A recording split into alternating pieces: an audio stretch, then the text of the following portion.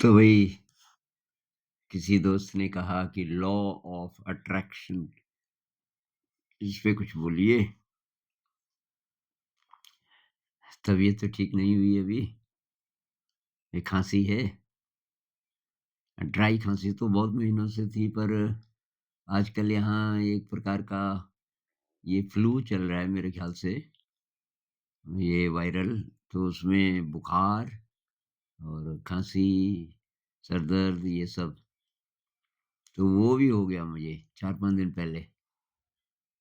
तो ये खाँसी में बलगम तो नहीं था, अभी बहुत ज़्यादा बलगम भी पैदा हो गया, थोड़ा-थोड़ा टेम्परेचर भी है। पर कल के मुकाबले आज मैं थोड़ा ठीक हूँ, नहीं तो आज मैं रेस्ट करने की सोच रहा था। अभी मैंने देखा है एनर्जी लेवल ठीक-ठाक है, शरीर में है थोड़ा बहुत, लेकिन मन सही है। तो वही ये लॉ ऑफ अट्रैक्शन ना, इसका मतलब ये है कि हम जैसे हैं, वैसी ही एनर्जीज़ को अट्रैक्ट करते हैं ब्रह्मांड से। हमारी जो फ्रीक्वेंसी होगी, अ, उसी से मिलती-जुलती चीज़ें, लोग, सर्कमस्टेंसेस हमारे पास आएँगी। ये जो टर्म है, ये जो फ्रेज़ है लॉ ऑफ अट्रैक्शन, सबसे पहले ब्लावत्स्की, एक मैडम ब्लावत्स्की हुई, उन्होंने सजेस्ट किया था। तो ब्लावत्स्की को एनलाइटेंड माना जाता है।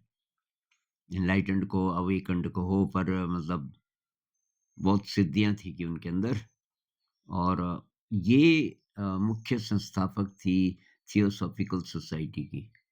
थियोसॉफिकल सोसाइटी अ, के थ्रू जे कृष्णमूर्ति जी को लिया गया था कि ये विश्व के गुरु होंगे। जैसे हिंदुइज़्म में कहते हैं कल की अवतार होगा, और क्रिश्चियनिटी में कहते हैं सेकंड कमिंग, क्राइस्ट दोबारा आएगा 2000 साल बाद क्रूसिफिक्शन के। ऐसे कि ये मायन कैलेंडर, ये माया एक है ना, साउथ अमेरिकन कोई सिविलाइजेशन, कई-कई जगह से ये थियोसॉफिकल सोसाइटी वालों ने ये चीज़ें इकट्ठी की थी। एक विश्व, पूरे विश्व का एक संगठन बने। सारे धर्मों में जो अच्छी बातें हैं, वो हैं थियोसॉफिकल सोसाइटी में, ताकि सब धर्मों के लोग उसमें आ सकें। ये अभी भी है। और तब ब्लावत्स्की से प्रभावित हुई थी एनी बेसेंट, और एनी बेसेंट ने एक तरह से गोद लिया था जे कृष्णमूर्ति जी को, और लेड बीटर थे उनके साथ, उनके मुख्य टीचर। तो ब्लावत्स्की के बारे में मैं थोड़ा-सा और बता देता हूँ। ये राजघराने की थी, रूस की, और 17 साल में इनकी शादी हो गई। लेकिन इनको ज्ञान की तलाश थी शुरू से, और शादी तो होनी थी, ना नहीं बोल सकती थी। लेकिन शादी होते ही ये भाग गई, घर से भाग गई। और कई लोग बोलते हैं ना कमेंट में कि मैं तो एक लड़की हूँ, मैं कैसे जाऊँ घर छोड़ के। अभी ये देखो ब्लावत्स्की, वो कैसे गई होगी। और ये नहीं कि घर के आस-पास कहीं, यूरोप गई, रशिया से निकली, यूरोप गई, इजिप्ट गई, मिडल ईस्ट गई, इंडिया आई, और बहुत संत महात्माओं के साथ उसने साधना की। उसको कि बहुत गहरे मिस्टिकल एक्सपीरियंसेस हुए, फिर उसने किताबें लिखी हैं। आप ये सर्च करना, ब्लावत्स्की, BLAVATSKY,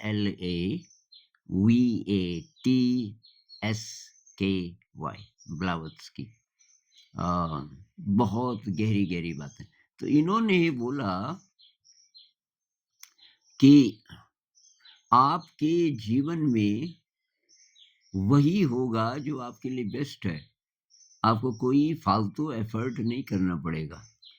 जो आपको चाहिए, जो आपको अच्छा लगता है, वही-वही होगा, अगर आपकी फ्रीक्वेंसी सही है। आजकल एक चल रहा है ना कि आप कैसे अट्रैक्ट करें चीज़ों को। किसी वीडियो में कोई कह रही थी मैंने अपने हस्बैंड को कैसे अट्रैक्ट किया। दुनियावी चीज़ों को मतलब कार को कैसे अट्रैक्ट किया, अरे इसके लिए पैदा हुए थे। ये बहुत सांसारिक चीज़ें हैं, इससे आपका राग बढ़ेगा। बुद्धिज़्म में कहते हैं ना, चीज़ों के प्रति आसक्ति, उसको तो खत्म करना है। संसार के प्रति आसक्ति को तो खत्म करना है, उसमें कोई जान ना लगे, उसको निभा लेंगे। जगहों के प्रति, चीज़ों के प्रति, लोगों के प्रति आसक्ति, इससे इससे दूर होना है और साइकोलॉजिकली दुनिया से फ्री होना है। तो अब अट्रैक्ट क्या करना चाहते हो आप? एक ज़ेन कहानी है ना, एक चोर था, रात को निकला चोरी करने और भटक गया रास्ता। और वैसे चाँदनी रात थी, लेकिन वो नए इलाके में चला गया और देखा एक पहाड़ के ऊपर उसको थोड़ी-सी लाइट दिखी। तो गया और वहाँ एक ज़ेन टीचर कोई रहते थे। तो ज़ेन टीचर ने वो लैंप शायद बाहर था, झोंपड़ी के बाहर, उसपे काँच का कवर भी था और बाहर लटकाया हुआ था किसी कारण से। तो ये चला गया, दरवाज़ा खुला था, उसने कहा कि यहाँ शायद कोई नहीं है। अंदर गया और ढूँढने लगा कोई काम की चीज़ मिले। तो कहीं खिड़की की झिर्रियों से मंद-मंद चाँद का प्रकाश भी अंदर आ रहा था। पर उस कुछ तो ज़ेन टीचर के यहाँ क्या मिलना था? तो ज़ेन टीचर तो बैठा हुआ था, ध्यान कर रहा था। वो जिस तरफ उनकी खाट थी वहाँ एकदम अंधेरा था। ज़ेन टीचर कहने लगे, भाई मुझे दिन में यहाँ कुछ नहीं मिलता, तो इस अंधेरे में यहाँ क्या ढूँढ रहा है? बहुत हड़बड़ाया, भागने वाला था। मैंने कहा बैठ जा यार, भाग क्यों रहा है? तो एक दूसरा लैंप था अंदर, वो जलाया, उसको कुछ चाय-वाय पिलाई, भूख लगी है? मैंने कहा भूख तो नहीं लगी। अच्छा, फिर कि तुझे चोरी करनी है ना? कि हाँ। तो गलत आ गया यार कि मैं तुझे शहर दिखाता हूँ, जहाँ बहुत धनाढ्य लोग रहते हैं, वहाँ तू चोरी करेगा तो बड़ा खुश हुआ कि कहा कि बहुत दूर नहीं है, आजा बाहर। उसने रास्ता बताया इधर से कि चाँदनी रात है, थोड़ा बहुत दिखाई दे रहा है रास्ता। ऐसे जाना नीचे घाटी में, वो जगमगाता हुआ शहर दिख रहा तुझे, बहुत सारी लाइट्स। कि हाँ, तू वहाँ चला जा। तो जब वो चला गया, वो ज़ेन मास्टर ने चाँद की तरफ देखा। कहने लगे काश मैं इसको चाँद दे पाता। तो क्या तुच्छ चीज़ें, इनके लिए हमें यूज़ करना है लॉ ऑफ अट्रैक्शन, कि हमारे अंदर जो अच्छी एनर्जी है उससे ये चीज़ें, धन दौलत और नाम और ये, मतलब कर सकते हो, लेकिन तब आपका उद्देश्य तितली बनना नहीं है, कैटरपिलर ही रहोगे। उद्देश्य तो इवोल्यूशन है ना। आज एक कमेंट में किसी ने बोला कि अब अच्छे कर्म तो बहुत ज़्यादा होंगे नहीं। अब ये जुड़ते जाते हैं सब अच्छे कर्म, बुरे कर्म ज़्यादा के बुरे ही कर्म होंगे। तो फिर जन्म लेंगे, छुटकारा कैसे पाएँगे इस चक्र से? बहुत मुश्किल है। संत लोग भी कहते हैं बहुत मुश्किल है। पुनरपि जन्मम पुनरपि मरणम पुनरपि जननी जठरे शयनम। बार-बार जन्म होता है, बार-बार मरते हैं, बार-बार फिर किसी माँ के गर्भ में चले जाते हैं, फिर पैदा हो जाते हैं। तो यहाँ से पार कैसे निकलें?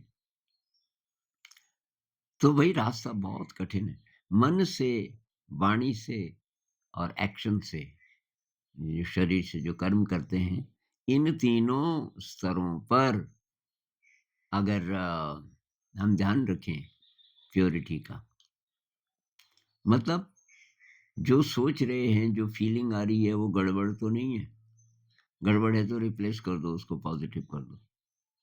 तो एक सिंपल फ़ॉर्मूला है कि 3 प्रकार के हो सकते हैं ये कर्म, चाहे थॉट के लेवल पे, फीलिंग के लेवल पे, चाहे आवाज़, वाणी के लेवल पे जो हम बोलते हैं, और चाहे एक्शन के लेवल पे 3 प्रकार के। एक तो है कि नेगेटिव, नेगेटिव जिससे कि कुछ खराबी होना है आपका या किसी का बुराई होना है। एक है पॉज़िटिव, अच्छे के लिए। एक है न्यूट्रल, ना अच्छा, ना बुरा। तो आप अगर कर सको, जैसे ही आपको कोई विचार चल रहा था कुछ देर, कोई डायरी रखो एकदम खोल के हर समय। अचानक आपको लगा ये तो खराब विचार था, तो खराब विचार था तो लिख दो -1, ये -1 वाला विचार है। और 6-7 विचार थे तो उतने माइनस। एक ही विचार नहीं था, उससे ये भी जुड़ा था, ये भी जुड़ा था, ये भी जुड़ा था। फिर कोई और विचार था, हाँ, ये तो अच्छा विचार था। मैं अच्छा सोच रहा था, तो +1। अभी मैं थोड़ी देर से जो सोच रहा था, वो ना तो खराब था ना अच्छा था, तो उसके लिए 0। अब पूरे दिन भर में देखो सोते समय जोड़ो, माइनस वाले कितने हैं, प्लस वाले कितने हैं। अगर 50% से थोड़ा ज़्यादा प्लस वाला है, तो आप इवॉल्व हो रहे हैं, सही तरफ जा रहे हैं, धीरे-धीरे छूट जाएँगे इस दुष्कर्म से। इस जीवन में नहीं तो अगले जीवन में। तो भई बुद्धिज़्म के अनुसार तो कहते हैं 7 लाइफ़ टाइम्स की तैयारी रखिए। अगर आप इस मार्ग पर आ चुके हैं, अगर आपको 100% ये पता चल गया, पूरी तरह कन्विंस्ड हो गए कि यही रास्ता है मेरा इस जीवन में, बाहर की दुनिया में सब निभा लूँगा मैं, अपना परिवार है, ये है, वो है, सब निभा लूँगा लेकिन असली मेरा रास्ता यही है, अंदर की यात्रा। तो वो कहते हैं कि तब 7 ही जन्म लगेंगे आपको और बार-बार चेक करो, उनका जो प्यूरिफ़िकेशन का पैमाना है वो ये है कि राग और द्वेष कितना बचा है। राग मतलब चाहिए, अटैचमेंट, चीज़ों से, नाम से, प्रसिद्धि से, धन-दौलत से इत्यादि, राग। द्वेष का मतलब जिससे हम दूर भागते हैं, ये नहीं चाहिए, मुझे कठोर परिश्रम वाली ज़िंदगी नहीं चाहिए। मुझे ये फालतू रिस्पॉन्सिबिलिटी नहीं लेनी कि जी दूसरे की मदद करो वगैरह, नहीं चाहिए, नहीं चाहिए। ये हुआ द्वेष। और ये तृष्णा कितनी है, ख़ासकर जो सेक्सुअल डिज़ायर है, वो कितनी है। हालाँकि वो भी राग में आ जाता है, पर उसको अलग से भी देखना ज़रूरी है क्योंकि ये जल्दी खत्म नहीं होता कि अब अगर आपकी स्थिति ऐसी है कि ना राग है, ना द्वेष है, कुछ नहीं रहा संसार से कुछ लेना-देना। Psychologically you are free from the world, psychologically, लेकिन थोड़ी-सी सेक्सुअल डिज़ायर है। अगर ऐसा है, तो एक ही जन्म और होगा अब, काफ़ी काम कर लिया आपने और उस जन्म में आप पार हो जाओगे क्योंकि ये सेक्सुअल डिज़ायर पे आप विजय प्राप्त कर लोगे। हाँ, तो उसके बाद अंतिम जो स्टेज है उसको अरहंत बोलते हैं, अरहंत। तो अब ये बात हो रही थी लॉ ऑफ अट्रैक्शन। भई आप अपनी फ्रीक्वेंसी अच्छी रखोगे, तो आप अच्छी चीज़ें अपने आप अट्रैक्ट करोगे, उनकी कामना मत करो। कामना क्यों करनी है? ये चाहिए, ये तो भिखारी वाली प्रवृत्ति है ना। चाहिए नहीं, सब यूनिवर्स आपको जानता है अच्छी तरह। यूनिवर्स को पता है आपको कब क्या चाहिए आपके इवोल्यूशन के लिए। कब सुख चाहिए, कब दुःख चाहिए।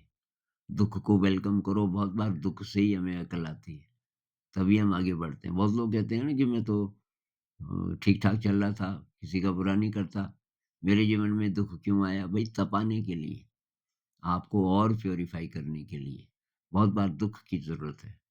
जिसने दुःख से अपने को तपा लिया काफ़ी, तो हो सकता है उसके जीवन में अब दुःख ना आए, दुःख की ज़रूरत नहीं उसको। अब हो सकता है सुख आए क्योंकि सुख नहीं देखा उसने ज़्यादा, सुख तो बहुत ज़्यादा जल्दी विचलित कर देता है। लेकिन जिसने दुःख देख लिया अच्छी तरह से, विचलित नहीं हुआ, वो शायद सुख को भी ऐसे देख सकता है, राजा जनक की तरह कि उसमें लिप्त नहीं होगा। टैगोर जी की एक कविता है ना कि मैं सुख के उपवन में कैद हो गया, कहाँ जाऊँ? सुख ज़रूरी नहीं कि कोई बहुत अच्छी चीज़ हो, लेज़ी कर देता है। तो अच्छे कर्म कीजिए, जो काम करना है उसमें इंटरेस्ट है, पैशन है तभी कीजिए। सारी ज़िम्मेदारियाँ निभाते हुए और आप तटस्थ रहिए, मैं कुछ नहीं कर रहा, मैं का भाव नहीं, अहंकार नहीं। तो अहंकार जब नहीं होगा और आप ठीक से काम भी कर रहे हैं, सब ठीक चल रहा है, तो जो बेस्ट है, आपके लिए जो बेस्ट है वो अपने आप आएगा। बेस्ट वो नहीं है जो आप सोचते हो, आपका जो कॉन्शियस माइंड है, उसको ज़्यादा अकल नहीं होती, तो उसको तो बहक जाता है कि जी मेरे को ये लड़की चाहिए, वो लड़का चाहिए, ये चाहिए, वो चाहिए, वो चाहिए। दुनिया उसको बहका देती है। लेकिन एक्चुअली आपको क्या चाहिए, आपका हायर सेल्फ जानता है, यूनिवर्स जानता है। तो वो अपने आप आपके जीवन में दुःख या सुख या ये परिस्थिति या वो परिस्थिति जो आपके लिए अच्छी है, भेजते रहेंगे। अंत में हम वहीं पहुँच जाते हैं जहाँ संत लोग कहते हैं भई एक्सेप्टेंस स्वीकार भाव। जैसी है ज़िंदगी वैसी ही चाहिए, वो ठीक है। उसको पूरी तरह एक्सेप्ट करो और कोई कमी नहीं होगी ज़िंदगी में।